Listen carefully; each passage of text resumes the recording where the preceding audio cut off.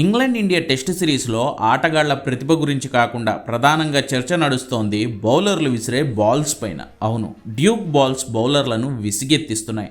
ఎంపైర్స్ని బతిమాలుకుని కొత్త బాల్ తీసుకున్నా సరే పట్టుమని 10 ఓవర్లు కూడా వేయకముందే షేప్అవుట్ అయిపోయి బ్యాటర్లకు సహకరిస్తున్నాయి అనేది ఇంగ్లాండ్, భారత్ జట్ల బౌలర్లు ఇద్దరూ చేస్తున్న వాదన. ప్రధానంగా ఇంగ్లాండ్తో టెస్ట్ సిరీస్లో వాడే డ్యూక్ బాల్స్ పైనే ఈ చర్చ అంతా జరుగుతోంది.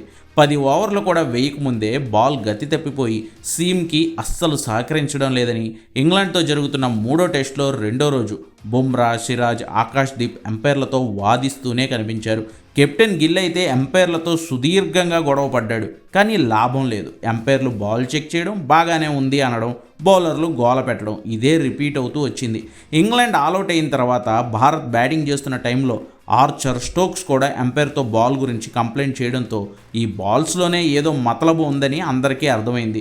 బుమ్రా కూడా మ్యాచ్ అయిన తర్వాత ప్రెస్ మీట్లో అదే చెప్పాడు. ఇప్పుడు డ్యూక్ బాల్స్ గురించి కాంట్రవర్షియల్ స్టేట్మెంట్స్ ఇచ్చి నేను నా మ్యాచ్ ఫీజులో కోతలు విధించుకోలేను అన్న బుమ్రా తను వేసే ఓవర్లు, బంతులు అన్నీ విలువైనవేనని, కానీ ఇచ్చిన బంతితోనే బౌలింగ్ చేయక తప్పడం లేదని, దాని గురించి ఎవరైనా ఆలోచిస్తే బాగుంటుందని అన్నాడు.